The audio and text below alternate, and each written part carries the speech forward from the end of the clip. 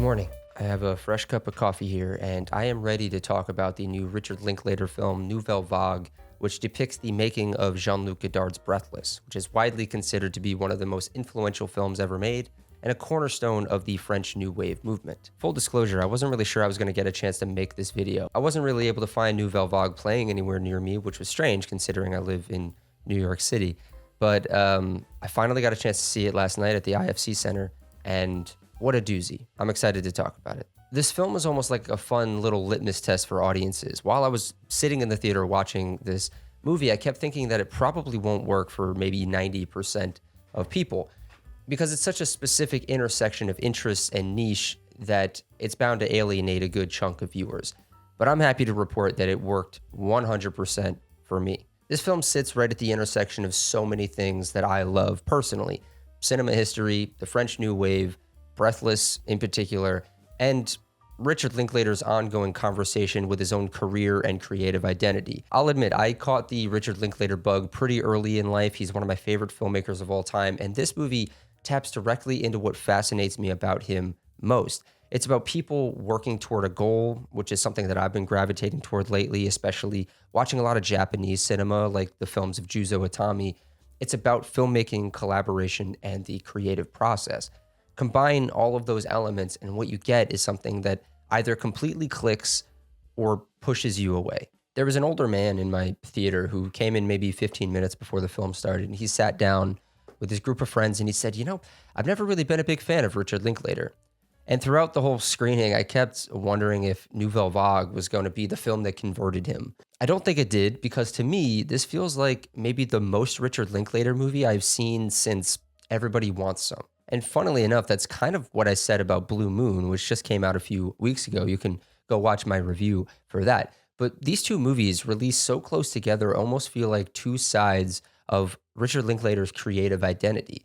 Blue Moon is the theatrical Linklater, a confined set, heightened performances, and verbose flowing dialogue, while Nouvelle Vague, on the other hand, is the stripped back, naturalistic, hangout Linklater, the one that we saw in Dazed and Confused, the Before trilogy, Boyhood, and Everybody Wants Some. And yeah, I'd say that Nouvelle Vague sits firmly within that lineage. What Linklater's been doing lately is pretty fascinating. He's making films about real-life artists, whether it's Lorenz Hart in Blue Moon or Jean-Luc Godard and the Breathless crew here.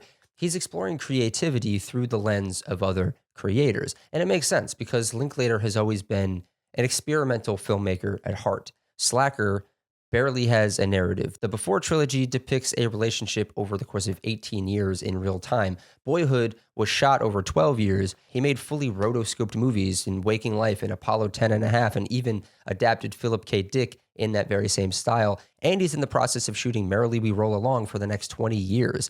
He's quietly one of the most experimental populist filmmakers working today. And that's what always fascinated me about him, the way he fuses the experimental with the accessible. His films blend philosophy, conversation, and a sense of lived-in humanity.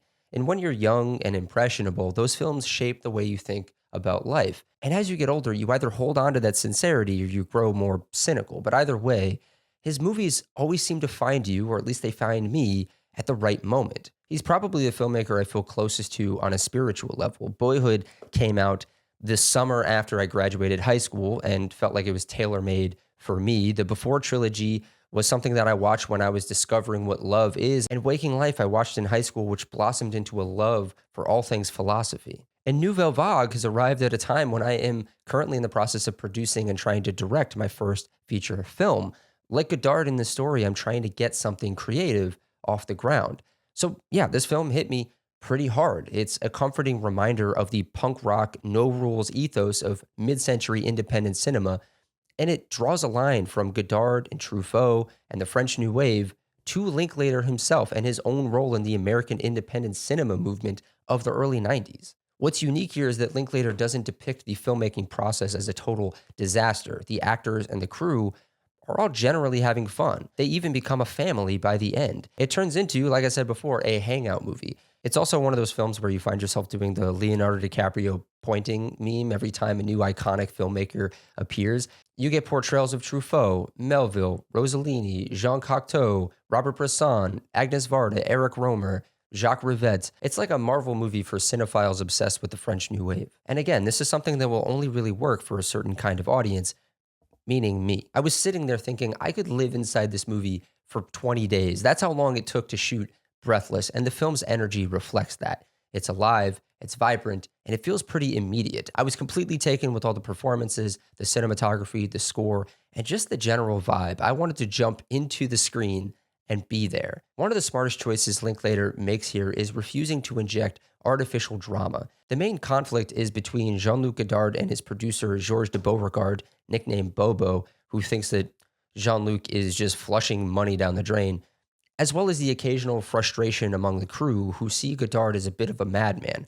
But nobody's throwing punches or storming off set. They're just hanging out, occasionally exasperated and confused, and occasionally in awe. But Linklater portrays Godard as both a lovable genius and kind of an insufferable, pretentious Frenchman. And he doesn't hold back. Godard spends the whole movie wearing sunglasses, endlessly pontificating about cinema, quoting philosophers and other artists, and trying to emulate the greats.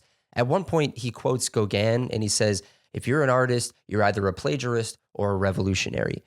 And if you've seen Breathless, you know that Godard was trying to be both, and depending on your perspective, he kind of succeeded. The performances here, I think, are phenomenal. Guillaume Marbeck plays Godard with just the right balance of charm and arrogance and playfulness. Zoe Deutsch gives one of my favorite performances of the year as Jean Seberg. She is unbelievably charming. Aubrey Dulin is Jean-Paul Belmondo, and he nails the vibe perfectly. The whole ensemble just feels so alive and natural and plucked out of late 1950s, early 1960s France. The production design and cinematography is also stunning. I hope this film gets recognition from the Academy during awards season, though for some reason I doubt it will. It's a little bit too niche. But the way they recreate 1960s Paris is immaculate. The wardrobe, the camera setups, the lighting, it all feels like it was actually shot in 1960. And while it looks period authentic, it's also gorgeous. Some of the black and white photography here is among the most striking I've seen in years. There are a lot of shots that stand out in my head. Jean-Luc Godard watching the 400 blows in a theater full of people in the beginning of the film. Jean Seberg dancing in a fountain, or a close-up of Zoe Deutsch watching Belmondo, who's reciting Humphrey Bogart lines. They're beautiful and alive with that playful energy that defined Jean-Luc Godard's early work. And what I love most about Nouvelle Vague is how it treats Jean-Luc Godard. The film doesn't tell you how to feel about him. It doesn't try to prove whether he was a genius or a fraud. It just presents him. Anyone who's gone to film school will recognize this guy. I don't mean literally. We all know a guy like Jean-Luc Godard. The movie doesn't put up a neon sign that says he's an asshole or he's brilliant, but it leaves room for interpretation. Throughout the film, I found myself asking, was this guy a genius, or are we just retroactively declaring him one because he broke the rules first? I don't know that there's a clean answer, and I love that the film doesn't try to give one. As for flaws, I don't have many, but the ending does feel abrupt. It wraps up right after the filming of Breathless, with quick scenes of the editing room and a final screening with Truffaut and Chabrol. Then we get text cards about Breathless's influence and what happened to everyone afterward. And I don't know, I think I wanted a little bit more there, but I can't be mad at what Linklater chose to do. The only other real issue that I have, and I have a feeling a lot of people will too, is that some of the dialogue feels almost retroactive. Like people speaking about cinema, speaking about the French New Wave, speaking about Breathless, with the hindsight of knowing how influential it would become. It doesn't always feel authentic to the time period or what these people would be saying in the moment.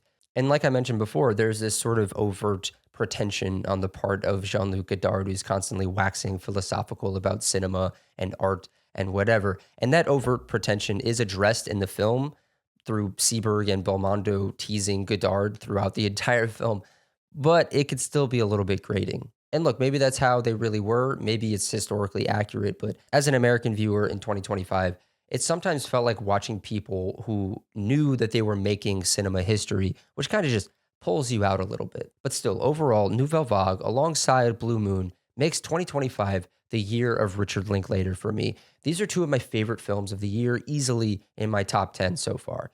Both feature incredible performances, gorgeous cinematography, immaculate production and costume design, and delightful scores. And I know this isn't the most academic phrasing, but this movie is such a vibe. It's a hangout film in the best Linklater tradition. It's warm, it's conversational, and it feels alive, like Dazed and Confused or the Before movies. It's about the beauty of just being around people. And much like the French New Wave itself, Nouvelle Vague is either going to work for you or it really, really won't. For me, Richard Linklater hit another home run. But what do you guys think of Nouvelle Vague? I'm going to release this video right before it comes out on Netflix, so if you have Netflix, go ahead and watch it and come back to this video and let me know down in the comments what your thoughts are, positive or negative. You might hop down there and be like, Josh, you're a little bit biased because Richard Linklater is one of your favorite filmmakers of all time. But I'll say to that didn't stop me from disliking some of his films along the way. And I think that if I truly dislike this, I would tell you guys. But that's going to do it from me. Once you're done down in the comments, don't forget to like this video and then hit the subscribe button and hit the bell to be notified when new videos come out on this channel. You can go follow me over on Letterboxd and see what I'm watching when I'm watching it. And I'll see you all next time.